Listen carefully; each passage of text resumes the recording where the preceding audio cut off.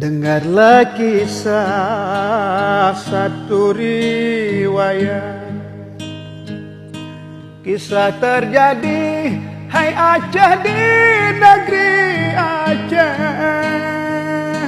Perang saudara melanda, juga tsunami melanda. Sedih dan pilu terasa menusuk jiwa.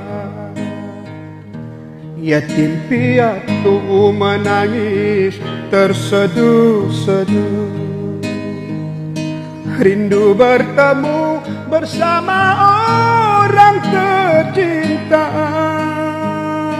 Ayah dan ibu yang hilang, entah di mana jasadnya. Seluruh dunia bersedih, Aceh sengsara.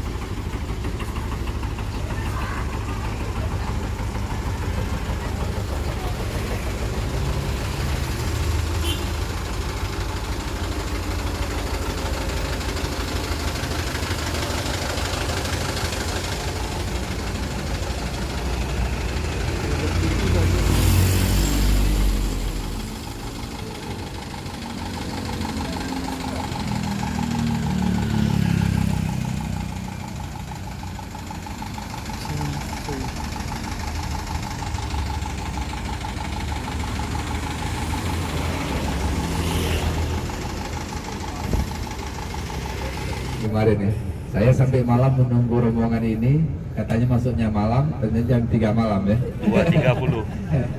Jadi alhamdulillah selamat sampai di Aceh, selamat datang, ahlan wa sahlan.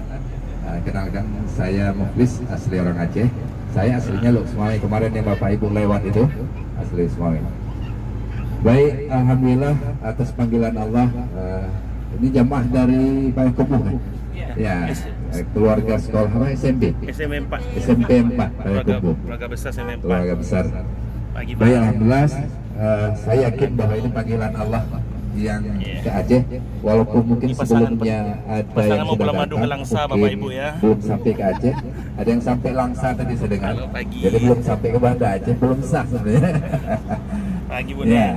Jadi Ini Bun dikasih karena hadiah Allah nih. hari ini Bapak Ibu sekalian bisa sampai ke Aceh. Favorit kalau Karena jalan-jalan. hikmah tsunami, semua kita dari daerah-daerah lain bisa ke Aceh karena dulu masa konflik. Jadi kita nggak mungkin datang Peserta ke sini. termuda Ya. kami nih. Alhamdulillah sekarang Tangannya, aman tangannya. Aceh. Kalau dulu mungkin tahu bahwa di sini ada agam, sekarang nggak ada lagi agam, yang ada agam. Ya, kalau orang Aceh laki-laki dipanggil agam, sama kayak Anda ya. Kita bareng agam juga ya. Baik, pagi hari ini kita coba salah satu yang Allah titipkan di kapal di kampung ini adalah bot itu yang anehnya bot bocor, bot lagi diperbaiki, lagi naik dok. Pagi itu ketika gempa dan tsunami, yang bekerja memperbaiki bot itu masih di botnya, tapi sebelumnya itu dia tertidur di subuh. Jadi yang memperbaikinya tidak tahu sama sekali bahwa botnya sudah sangkut di atas rumah orang. Cerita ini bermula dari Mak Kola. Mak Kola itu seorang ibu namanya Bu Bondiah yang selamat di bot itu. Insya Allah nanti kita jumpa. Nah, mungkin bisa kita bergambar bersama Bu Mak Kola. Jadi lebih populernya Mak Kola. Jadi beliau itu hari Minggu itu lagi jualan bubur atau kolak, makanya disebut Mak Kola. Jadi gempa dan tsunami jam 7.50 itu lebih kurang menghancurkan beberapa bangunan, kemudian termasuk dagangan dia hancur semuanya. Gempa itu lebih kurang 7-8 menit. Kemudian berhenti, Mak Kola pulang ke rumah melihat bangunannya sudah rusak parah dan kembali ke tempat jualannya untuk memperbaiki dagangannya. Dari kejauhan dialah yang melihat gelombang tsunami dari kejauhan, tingginya seperti lebih kurang 30 meter, bentuknya seperti kepala kobra, berwarna hitam, di atasnya seperti ini, gelombang itu di bawahnya seperti blender, cerita Mak Kola. Kemudian dia terpana melihat itu, sendi-sendi lututnya kemudian seketika lemas, dan otomatis dia kemudian mengucap, hari ini saya pasti mati, karena dia nggak bisa berenang dan nggak ada kemampuan melihat gelombang itu begitu dahsyat, suaranya seperti pesawat. Tiba-tiba anehnya ada yang menepuk bahunya, seraya terdengar suara di telinga, kamu lari ke rumah Pak Misbah. Istrinya namanya Bu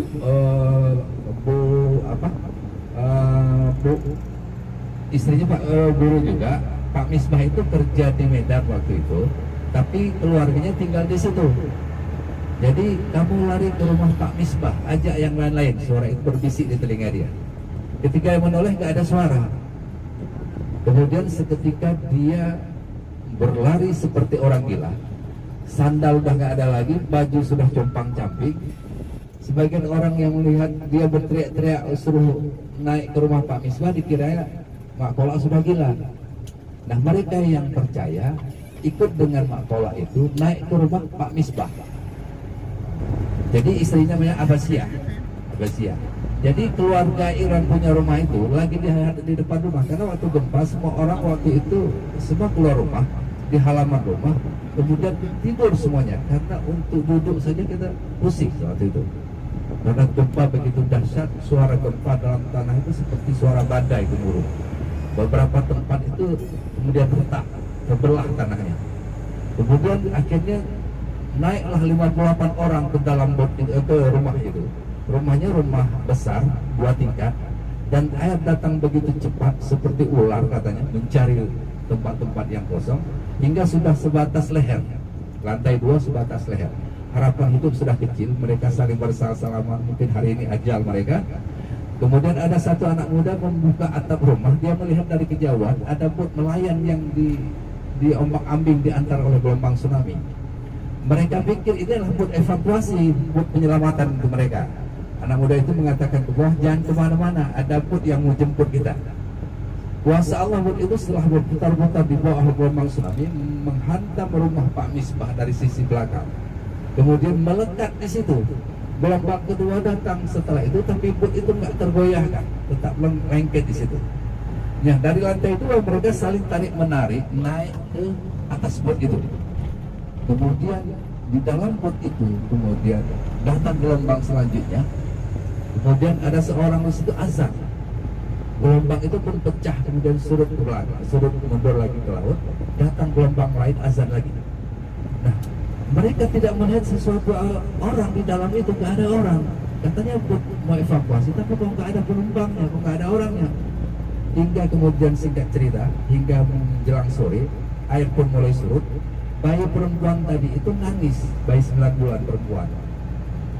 Tiba-tiba kuasa Allah itu hadir satu tandang kelapa muda di depan mereka. Mereka ambil satu tandang kelapa muda itu, mencoba untuk mencari sesuatu agar untuk dibelah. Mereka terpaksa membuka satu ruangan di dalam bot itu dengan paksa. Tiba-tiba ada seorang lagi yang terbangun dari tidurnya dengan marah-marah. Ada apa naik bot saya? Itulah dia yang memperbaiki tadi. Jadi 59 orang dengan yang berbagi. Nah, kita akan saksikan bot itu dan jumpa dengan Mak Kola yang selamat di atas bot. Mungkin dia akan bercerita kepada kita bagaimana dia selamat. Di sinilah bot itu waktu itu di ujung sana dia lagi diperbaiki. Ini Kuala. Jadi di depan ada TPI. Bot-bot itu kemudian merapat di sini. Ketika tsunami, Bapak Ibu sekalian, di sungai ini penuh dengan mayat yang berlapis-lapis dan sudah membengkak berwarna hitam. Bot yang waktu itu dia kemudian lagi parking di sini bertaburan, terlempar, sangkut di atas rumah, di atas pohon kayu, kemudian di tengah jalan, di mana-mana. Bot yang seperti itu. Jadi penuh dengan mayat bot-bot yang di sini. Nah, sebagian bot yang kemudian yang nggak di sini, ketika mereka merapat di sini, mereka nggak tahu kalau itu tsunami. Jadi bot-bot ini kan bisa berminggu-minggu di laut. Jadi ketika mereka masuk di sini, mereka juga heran kok banyak mayat, dan mereka nggak ketemu dengan tsunami. Bot-bot itu. Jadi inilah kampung nelayan yang namanya Kampung Lampulo. Jadi Lampulo itu pulau lah dalam bahasa Aceh. Lam itu di dalam. Jadi di Aceh besar banyak nama lam. Pakai lam. Hendak ku nangis, tiada berair mata.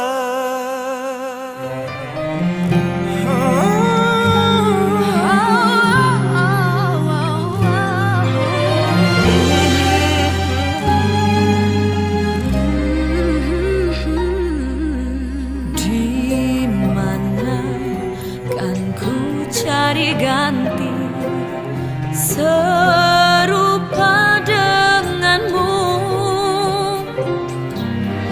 Tak sanggup ku berpisah dan berhati patah, hidup gelisah.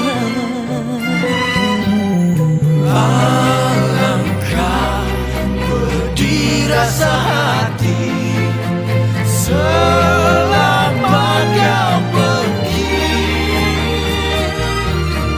Tinggalku sendirian, tiada berteman dalam kesepian. Assalamualaikum warahmatullahi wabarakatuh. Alhamdulillah, Allahumma shalli ala sayyidina Muhammad wa ala sayyidina Muhammad. Terima kasih bapak-bapak, ibu-ibu dari SMP 4 Payakumbuh. Payakumbuh. Iya. Payakumbuh, alhamdulillah berguru ya Pak ya. Iya. Alhamdulillah sudah sampai ke tempat kami. Perkenalkan, nama saya Widya Mulina. Ketika tsunami saya berusia 8 tahun. Sekarang sudah bertugas di sini untuk berbagi cerita bagaimana kapal ini bisa nyangkut di atas rumah. Jadi nama tempat kami ini namanya Desa Lampulo.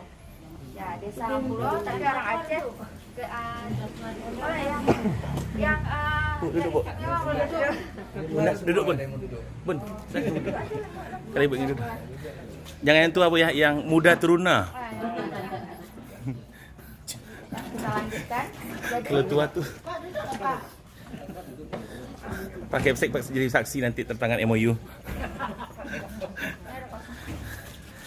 Ya. Jadi kamu nak masuk aja ke dia. Lain. Masuk baru. Oke, lanjut, Kak. Oke, kami lanjutkan. Jadi nama tempat kami ini namanya Desa Lampulo, tapi karena orang Aceh, kami kenalnya ini namanya Gampung Lampulo. Gampung Lampulo ini dikenal dengan kampung nelayan. Jadi kalau datang ke sini memang banyak kapal nelayannya. Kapal yang nyangkut ini pun salah satu kapal nelayan yang dihanyutkan oleh Allah ke atas rumah. Jadi sebelum terjadinya tsunami di sini jam 8 pagi terjadi gempa. Jadi ketika gempa mungkin sampai Sumatera semua kan terkena terimbas juga dengan gempa. Jadi ketika gempa kami pikir musibahnya cuma gempa aja. Jadi ketika gempa orang cuma duduk di luar berpikir, memang ketakutan juga karena kekuatan gempa 9,3 bisa menghancurkan bangunan dan berpotensi tsunami. Tapi ketika itu kami tidak tahu. Ketika setelah gempa kami pikir nggak ada lagi musibah. Bahkan orang setelah gempa balik ke rumah membersihkan barang-barang yang jatuh ketika gempa. Jadi setelah gempa rupanya ada yang lihat di pantai air laut itu surut.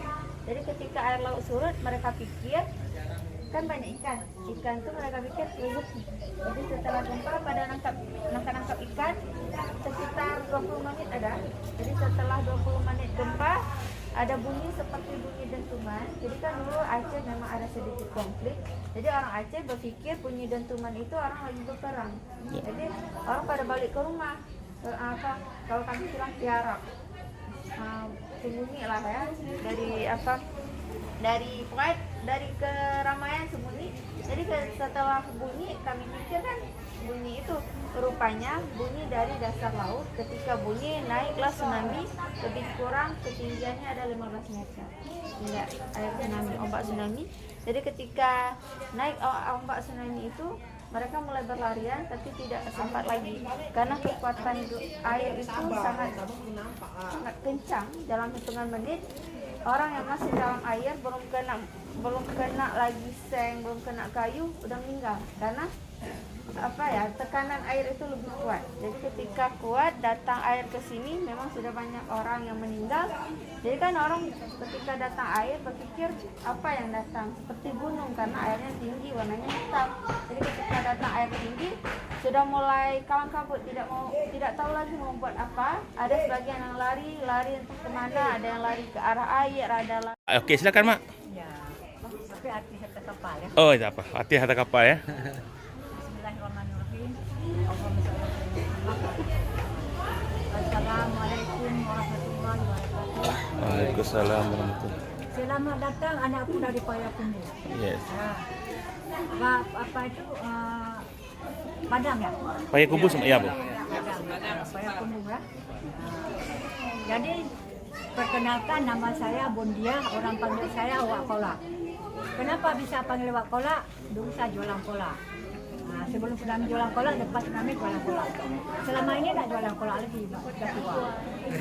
Masa itu umur saya 55, sekarang sudah 72. Tsunami sudah berlalu 17 tahun. Anakku baru datang sekarang kan? Kenapa belum Allah mentakdirkan? Semua dah takdir Allah. Kamu datang dari Payakumbu, tidak pernah terpikir dalam hati kamu bahwa saya jumpa sama Wakola kan?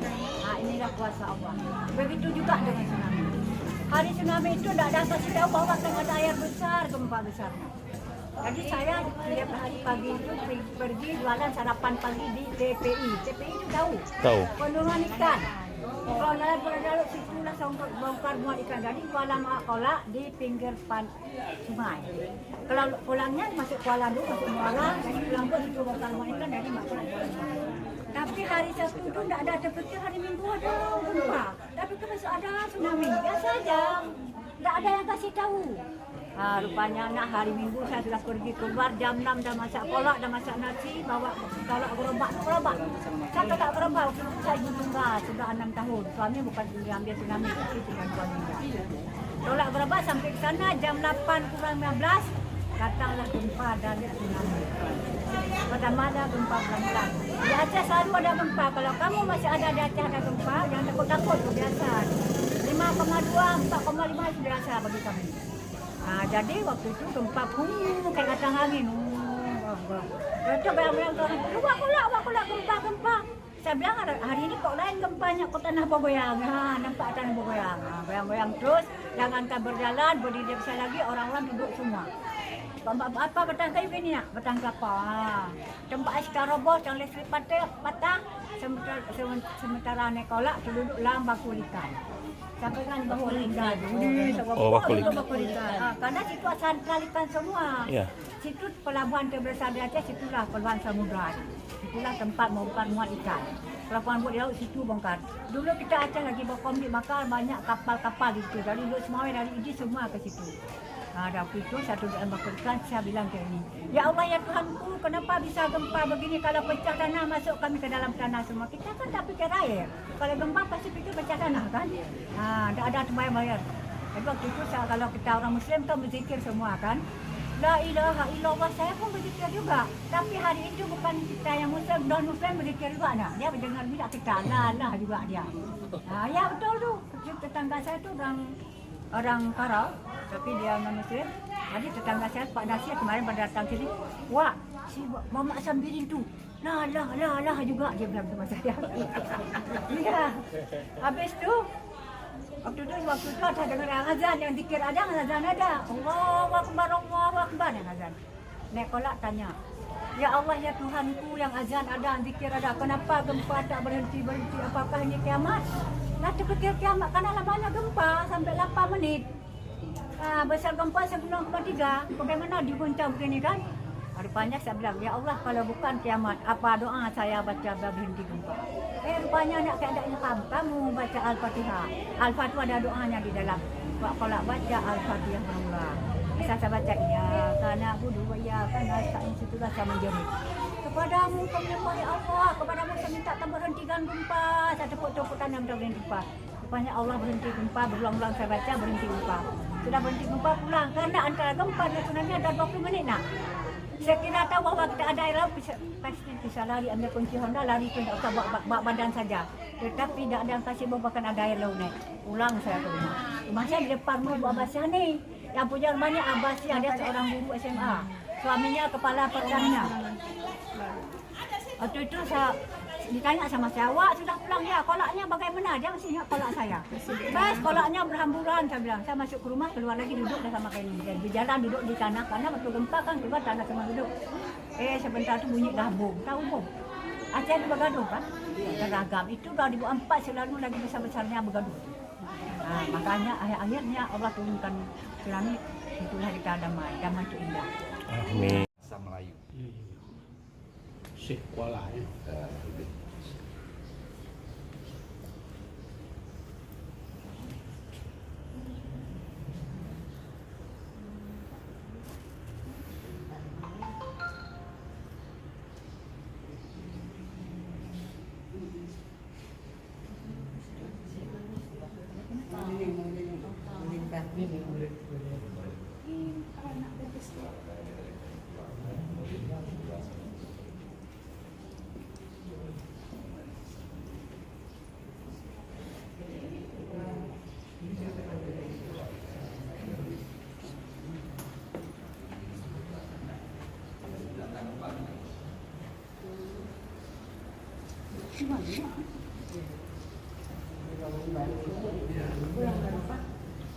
Enggak, ini bangunan ini yang baru.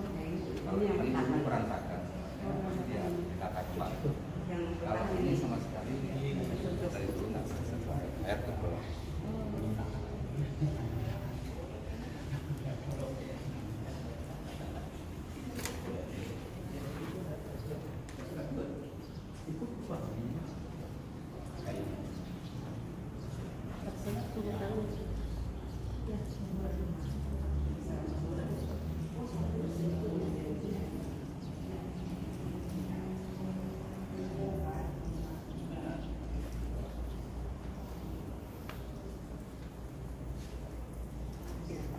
Ya, Ibu ini Pak Wahid, ini beliau yang penanggung jawab untuk seluruh makam sekolah ini.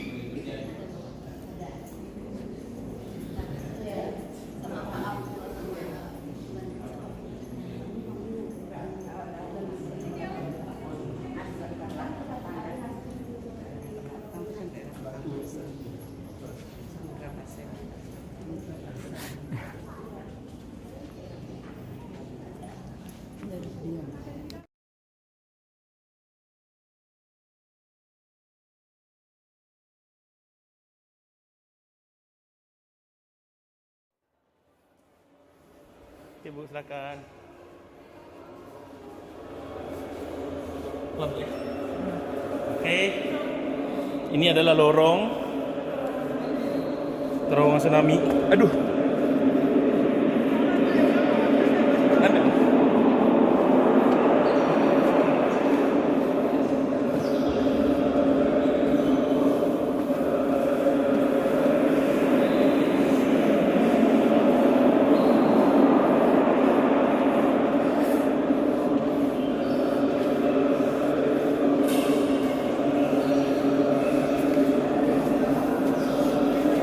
Terus, Bu.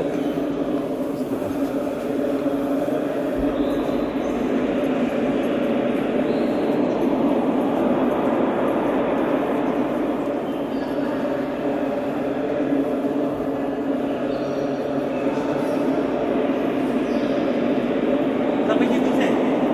Sampai situ dulu.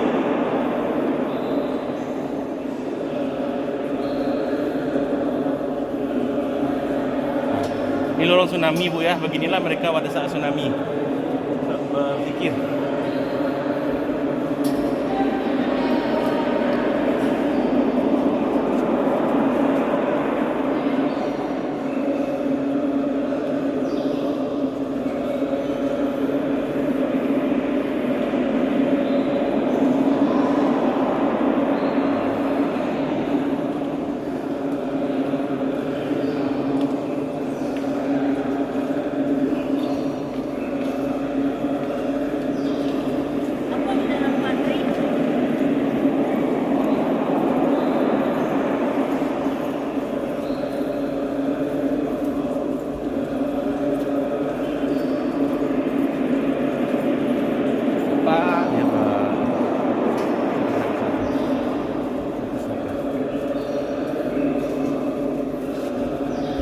gelap ya.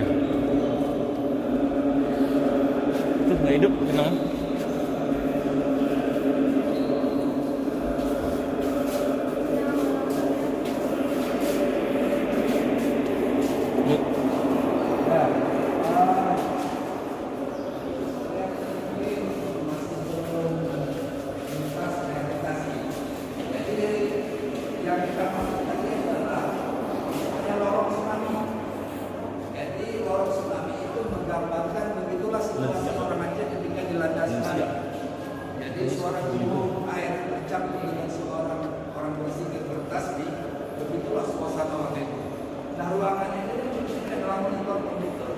Display komputer ini dampaknya dulu adalah korban-korban di mana-mana, bencana di mana-mana. Orang Aceh setelah dilanda gelombang tsunami, kemudian melihat bencana di mana-mana, filosofinya seperti itu. Jadi ini gambar monitor semuanya sama, dan gambar itu sudah sering kita lihat di TV itu. Oke, kita akan mengarah ke sumur doa. Jadi musim tsunami itu desainnya adalah kapal. Jadi desainnya kalau kita lihat kapal, tapi pusaran gelombang tsunami. Jadi kita ini masuk ke cerobong kapal, disebut dengan sumur doa. Jadi orang Aceh setelah melihat bencana di mana-mana, mencari keluarganya yang hilang.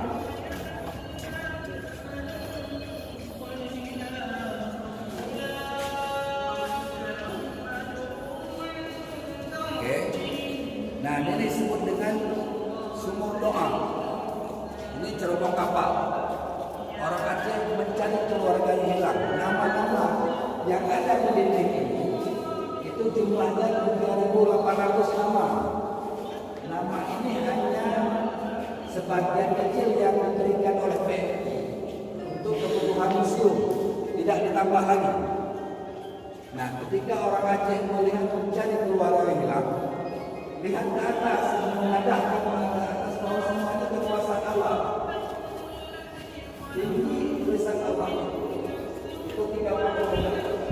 Atasnya bawah itu tanah itu 30 meter.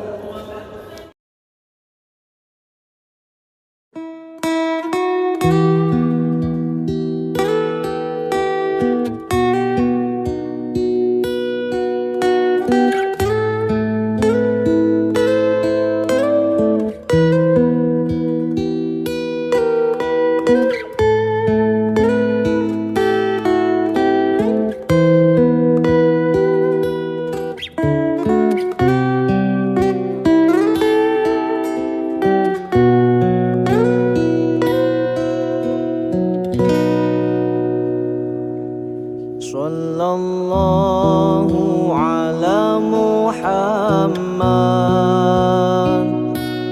sallallahu alaihi wasallam, sallallahu ala Muhammad, sallallahu alaihi wasallam, sallallahu ala Muhammad, sallallahu alaihi wasallam, sallallahu ala Muhammad, sallallahu alaihi wasallam. Anta syamsun, anta badrun, anta nurun fawqa nurin. Anta syamsun, anta badrun, anta nurun fawqa.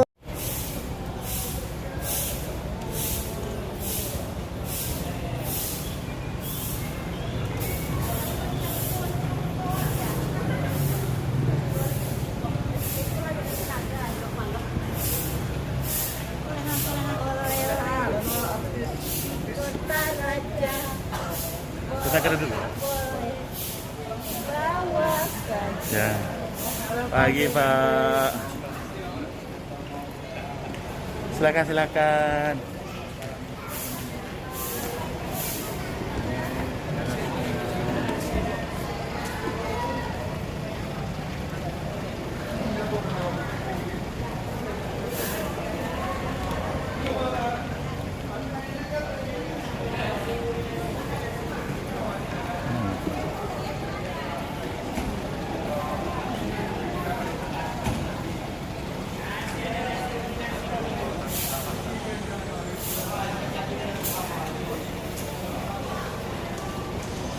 Ayo, ayo, ayo.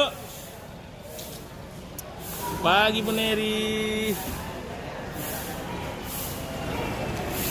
Ayo kita langsung masuk ruang tunggu. Pagi Bu.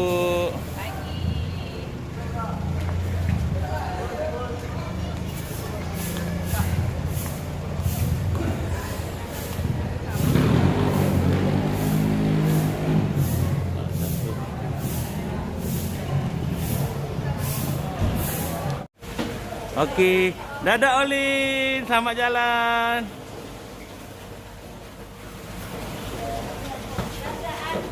Dadah Bu. Ya, sampai jumpa di Pulau W. Ya, selamat jalan ya, pandai-pandai ya. Baik-baik di sana ya. Ya, jangan bertengkar ya nak, hati-hati ya nak dirantau orang. Hah? Enggak Bu? Ikut. Bikin video terus. Pak, tolong jaga adik-adiknya ya Pak. Hati-hati dirantau orang. Tolong dijaga yang depan, Pak. Aku lepas dengan ikhlas, ya Allah. Beratnya. Bawalah. Iya. Lihat nomor tempat duduk ya, Bu. Apa yang pula lah 5955 ni. Aneh aku tutup ni. Beri masuklah. Video. Iya. Kita bikin video ibu-ibu ni. Ya, yang belakang ni VIP nanti geng ya. Ibu ni satu Innova. Kabarnya mau beli Sabang ni kabarnya ni. Kau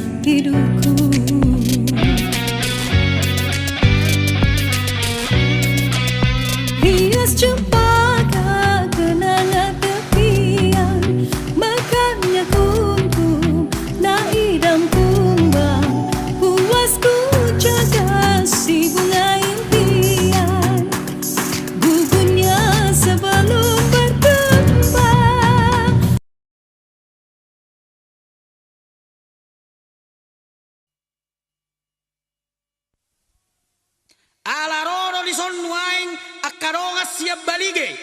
Tarutung lagu boti porsea. Naing manoktor ninna nasida. Atok par musik nami baik kamu maju lagu Sinanggar Tullo. Baik musike.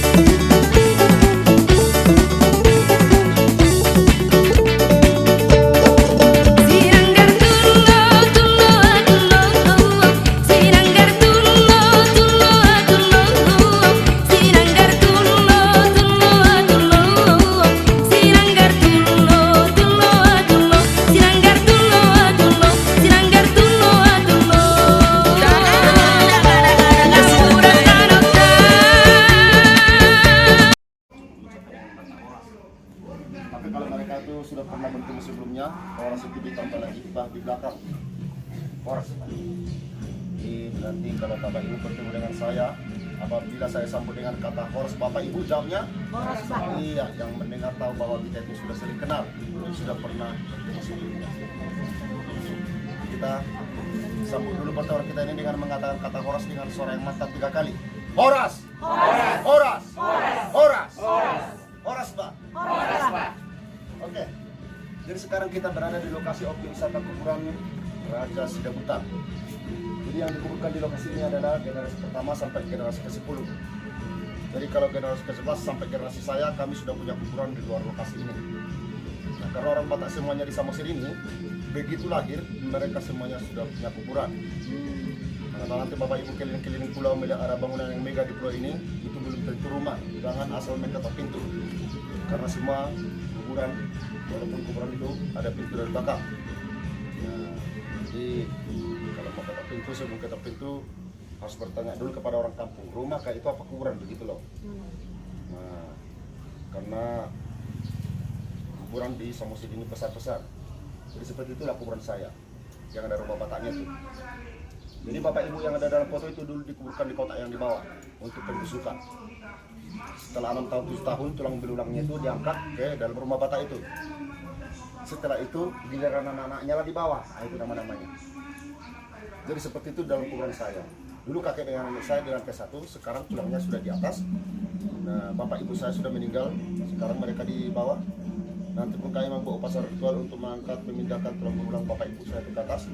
Tiba lagi geran saya, adik-adik saya, istri, nah begitulah seterusnya.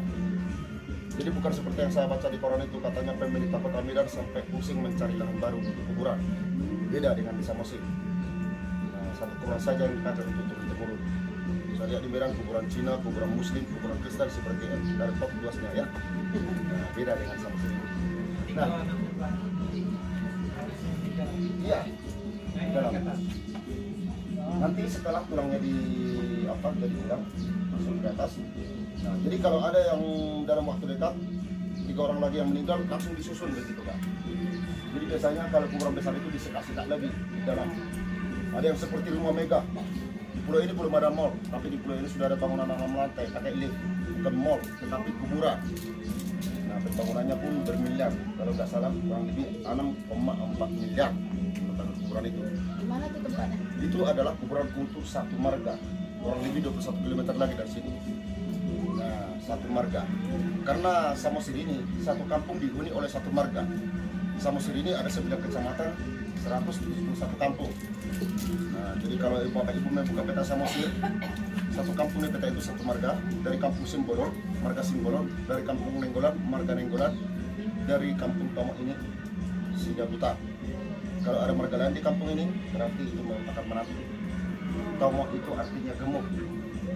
Nah, karena orang Batak itu dulu berebut makan dari satu piring. Nah, jadi di antara kuburan yang paling tua ini di sinilah raja pertama itu dimakamkan, di sini raja kedua. Jadi bentuk kuburan ini seperti kotak, seperti peti. Kurang lebih seperti inilah kemampuan orang dulu memahat patung menyerupai wajah raja, karena dulu pemahatan kuburan ini masih memakai alat pahat dari batu. Nah, jadi pemahatan kuburan raja kedua sudah memakai alat pahat dari besi. Untuk kuburan ini sebelah atas dibagi 2. Cara bukanya yang depan ditarik ke depan, yang di belakang ditolak ke belakang. Nah, kuburan yang kecil ini bukan anak-anak, mereka ini adalah keluarga-keluarga raja dengan tenteranya yang masa dulu mati berperang.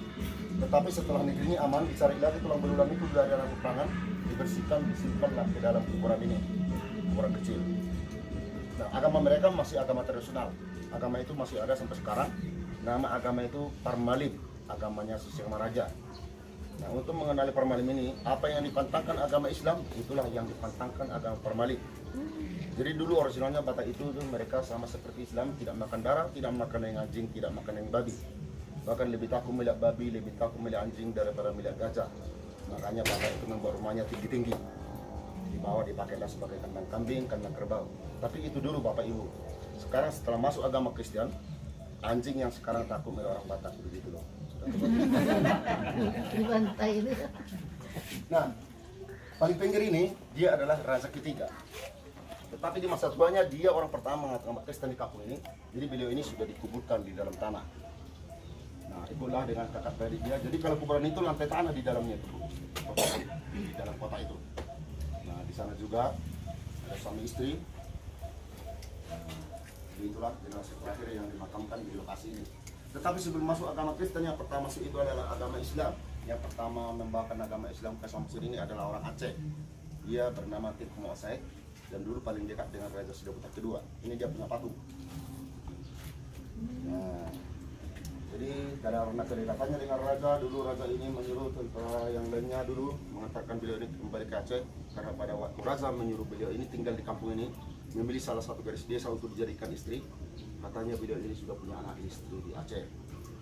Jadi dengan para hati raja sudah mutar mengantarkan beliau ini kembali kepada keluarganya. Jadi patung di sini hanya untuk kenangan kepada keluarga raja, karena dulu kuburan ini sudah ada sebelum raja ini meninggal.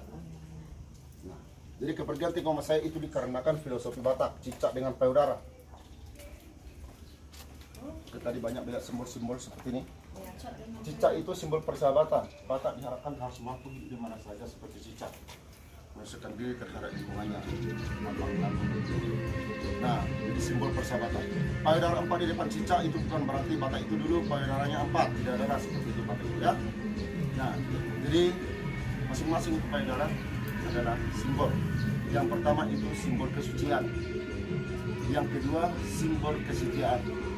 Jadi bagi Batak itu di Samosir ini hanya boleh dicari mati saja, karena semua Batak itu punya marga Batak itu. Seperti saya, istri saya Bor Sinaga tadi yang saya perkenalkan tadi, yang jualan tadi. Nah, kalau pernah mendengar marga itu Sinaga, kalau saya menceritakan istri saya, itu artinya saya tidak menghargai marga Sinaga sedunia. Dan otomatis saya tidak akan berani memisahkan kaki di kampungnya Sinaga itu. Kalau nanti saya pergi merantau ke daerah ibu di sana, bapak ibu di Padang ya. Saya nanti pergi ke Padang, bertemu dengan saya nanti dengan seorang Batak di sana. Jadi Batak itu walaupun dia berbahasa Padang, walaupun dia berbahasa Inggris, berbahasa Indonesia, pasti ketahuan dia orang Batak. Nah, jadi kalau berkenalan Batak itu yang disebutkan bukan namanya, tetapi marganya. Kalau dia mengatakan marganya Sinaga, rasa terkejut saya pasti datang. Jangan sampai tahu lah, yaitu saya itu pernah menceritakan di salah orang kampanye. Siapa tahu hubungan saya dengan Sinaga yang ada nanti di Padang semuanya sudah tidak bagus lagi. Artinya kalau dia ada rencana mau membagikan kerja kepada saya, setelah tahu itu kali itu, ya, itu dia simbol kesetiaan yang membuat Tengku Mas saya kembali kepada keluarganya di Aceh. Nah, pada orang ketiga disebutnya itu simbol kekayaan. Bagi Batak itu simbol kekayaan itu bukan dipandang dari segi harta. Misalkan kalau orang Indonesia bertemu yang ditanya sudah berapa Bapak terima gaji bulan ini, sudah berapa harga sawit, kalau di Malaysia sudah berapa istri, kalau di kampung ini sudah berapa anak yang ditanya. Ibu punya anak berapa Bu? 3. Saya yang lebih kaya dari ibu ini. Ukurannya karena saya mampu menyekolahkan 4 orang, begitu ukurannya.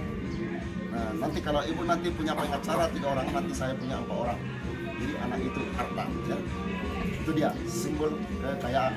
Payudara terakhir disebutnya itu simbol kesuburan. Arti subur, seorang ibu Batak kalau melihat calon menantunya itu langsing atau kurus, ibu Batak di kampung ini orang senang. Dia pasti menunjukkan muka cemberut dan mengatakan kepada anak lelakinya, mulai dari lahir kamu memang sudah bikin susah keluarga ini. Itu kata ibu Batak. Kenapa ibu Batak berkata seperti itu kepada anak lelakinya?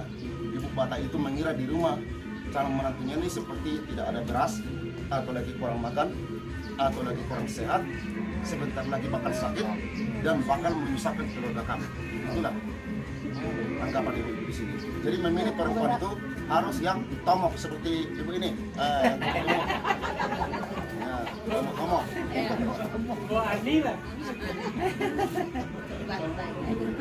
Nah, artinya cicak mengarah ke payudara, sejauh manapun kaum Batak itu pergi, dia tidak akan lupa dengan ibu yang pernah menyusui dia. Itu artinya cicak menghadap ke payudara. Dan oleh karena itulah Batak itu selalu mengatakan diri mereka itu bangsa Batak katanya. Bangsa Batak itu artinya bangsa Batak. Kenapa dikatakan bangsa? Karena selain punya bahasa, Batak itu juga punya tulisan. Tulisan itu masih pelajaran di sekolah di sini. Nah, ini salah satunya. Tulisan Batak. Nanti kalau ada membaca jalan di Ponegoro, bawahnya itu ada coretan seperti ini, nah itulah tulisan Batak. Jadi membacanya itu pot mahodi adat. Kita harus pegang teguh hukum adat, itu maksudnya. Nah, Batak disebut bangsa, punya bahasa, punya tulisan, punya simbol cicak dengan payudara, punya bendera hitam. Kemanapun kita mengangkat pandangan kita, ornamen Batak itu hanya 3 warna saja. Putih mengartikan itu dunia surga, merah dunia kehidupan seperti kita di bumi ini, hitam itu dunia kematian. Jadi Batak itu hanya berjalan dengan 3 dunia saja. Jadi maka katanya disebut paksa. Dan Batak itu juga punya kalender untuk melihat hari-hari bagus penanggalan.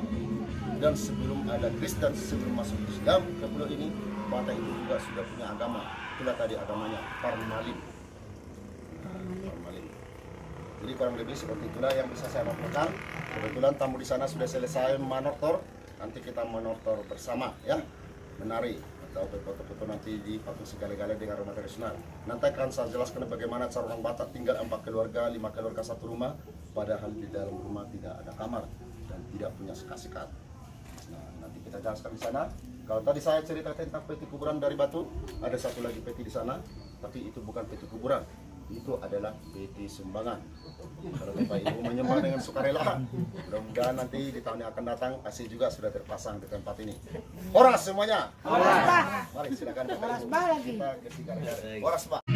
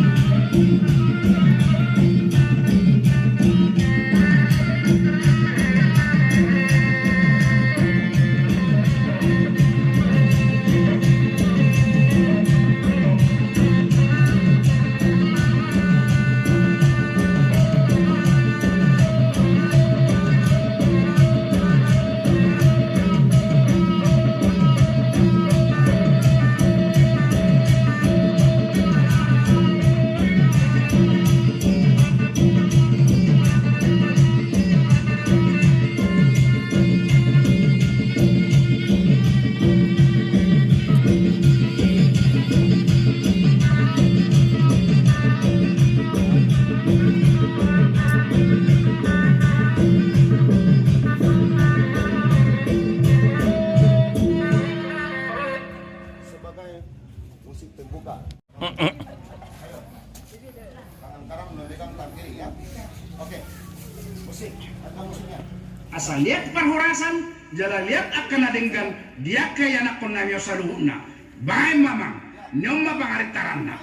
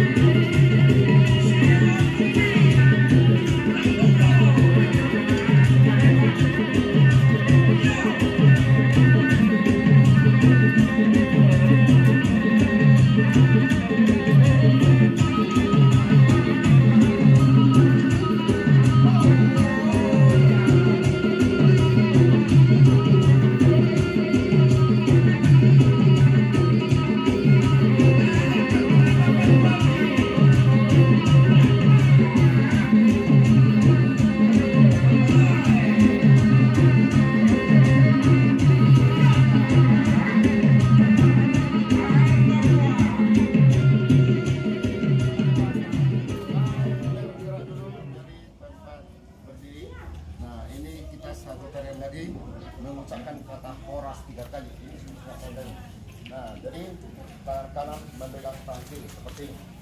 Ayo mainkan musiknya, namanya Asa Abad. Saya sah matu panggabean, sah matu parhorasan. Parkos sinami, baik makodang hasa hatani, laos padomu ma tu si tiu-tiui.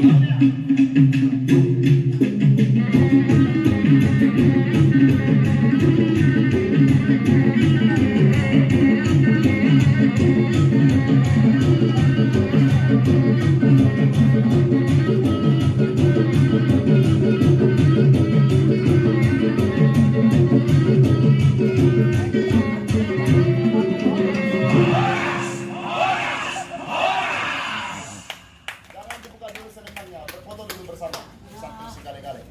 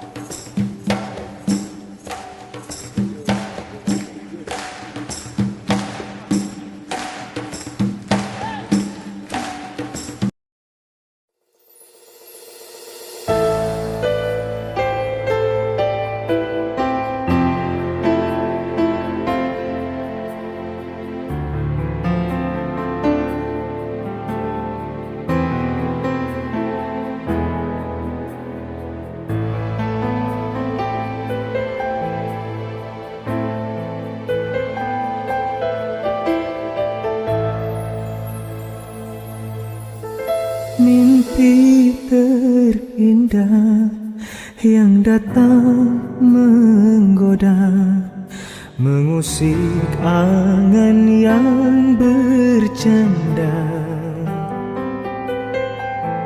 Aku terjaga dari hayal asa, kecewa karena kau tiada. Dengarlah kasih, jeritan hati, mungkinkah kau ku miliki sehelai cinta yang aku cari. Mungkinkah kau sudi berbagi? Aku berharap waktu tak bergerak agar dapat kau ku dekap. Mimpi yang indah saat hati gundah, obat hati yang terbelah.